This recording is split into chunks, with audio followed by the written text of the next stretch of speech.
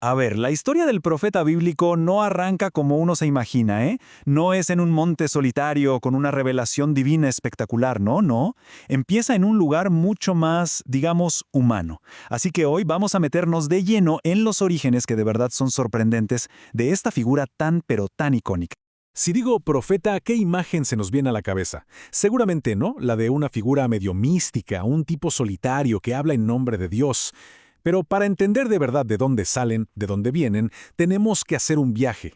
Un viaje a un mundo antiguo, un mundo que, créanme, estaba llenísimo de incertidumbre. Exactamente eso. O sea, el profetismo no fue un capricho, para nada. Fue una respuesta a una necesidad humana, pero fundamental. Pensemos por un momento en un mundo donde la vida era increíblemente frágil. La gente buscaba de verdad, desesperadamente, cualquier señal, la más mínima respuesta que les diera, aunque sea un poquito de certeza.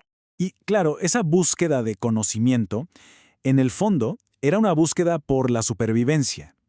La creencia era que el mundo estaba repleto de señales divinas, como mensajes de los dioses, para guiar a la humanidad. El gran desafío, por supuesto, era, bueno, cómo se interpretan esas señales. Y ojo, que esto es clave, ¿eh? Descifrar la voluntad divina no era un hobby, no era un pasatiempo, era literalmente un asunto de vida o muerte. Seguir el plan de los dioses era la única manera de asegurar la supervivencia, el único camino para que las cosas salieran bien, para la prosperidad. Entonces, la pregunta del millón es, ¿cómo se conseguían estas respuestas divinas? Bueno, pues la gente del antiguo cercano Oriente desarrolló todo un conjunto de herramientas y técnicas, fascinantes de verdad, para tratar de interpretar la voluntad de los dioses. Y las señales, bueno, las señales se buscaban por todos lados, de verdad, en todas partes, en las formas que hacía el aceite sobre el agua, en cómo se movían las nubes, incluso en el susurro de las hojas de un árbol que consideraban sagrado. Y esto no era cosa de un solo pueblo, ¿eh? Estas prácticas eran súper comunes en toda la región, y eso incluye, claro, a los primeros israelitas. Pensemos en esto, tener una pequeña estatuilla en casa, como una especie de oráculo personal al que se le podía preguntar sobre el futuro. Bueno, eso eran los terafines. Daban una conexión súper directa y sobre todo tangible con lo divino. Eran una guía para las decisiones de todos los días. Ok, ahora, esto ya era una forma de adivinación un poco más oficial.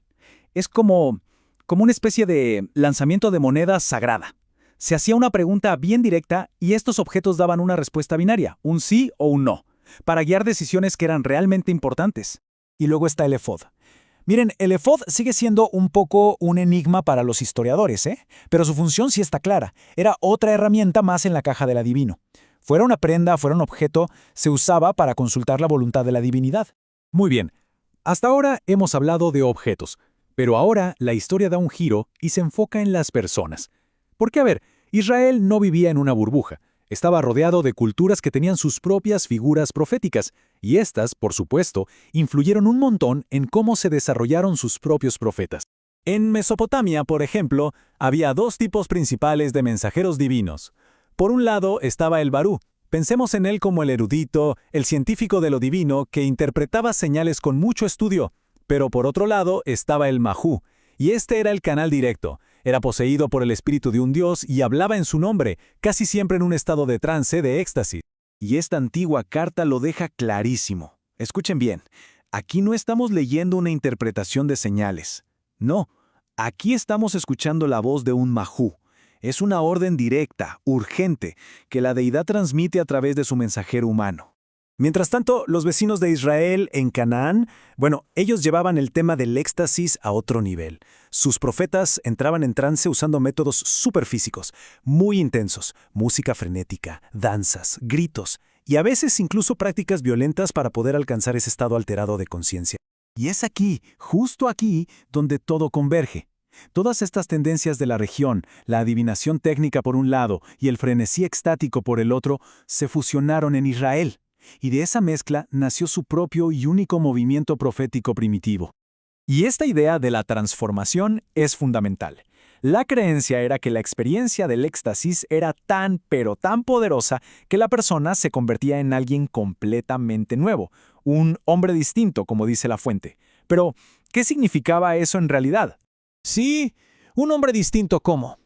Bueno, pues resulta que estos hombres distintos, a quienes llamaban Nevi'im, no eran solo figuras religiosas, para nada.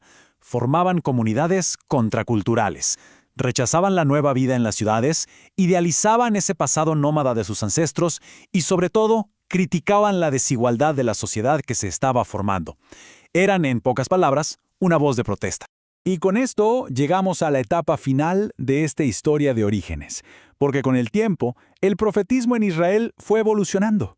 Pasó de estas bandas anónimas y extáticas a las figuras individuales, icónicas, cuyos nombres nos resuenan hasta el día de hoy. Podemos trazar el camino de esa evolución muy claramente. Miren, todo comenzó con la adivinación, con la interpretación de objetos. De ahí pasó a los grupos estáticos, los Nevi'im. Después de esos grupos surgieron grandes figuras individuales, como Elías o Eliseo, de quienes otros contaron sus historias. Y finalmente, todo culminó con los profetas escritores, como Isaías y Jeremías, cuyo propio mensaje se convirtió en su legado. Y este es el cambio fundamental de toda la historia. Con el tiempo, lo que el profeta hacía durante su trance empezó a importar menos que lo que decía. La experiencia del éxtasis se convirtió en el vehículo, sí, pero el mensaje divino, la palabra, eso se convirtió en el tesoro que debía ser preservado para siempre. Así que, como vemos, la figura del profeta no nació de un rayo divino caído del cielo, nació de una necesidad muy humana, la de encontrar sentido en medio del caos. Evolucionó para responder a las crisis de su tiempo. Y eso, claro, nos deja con una pregunta inevitable. Si los profetas siempre han sido una respuesta a los desafíos de su época, ¿qué forma tendrían en la nuestra?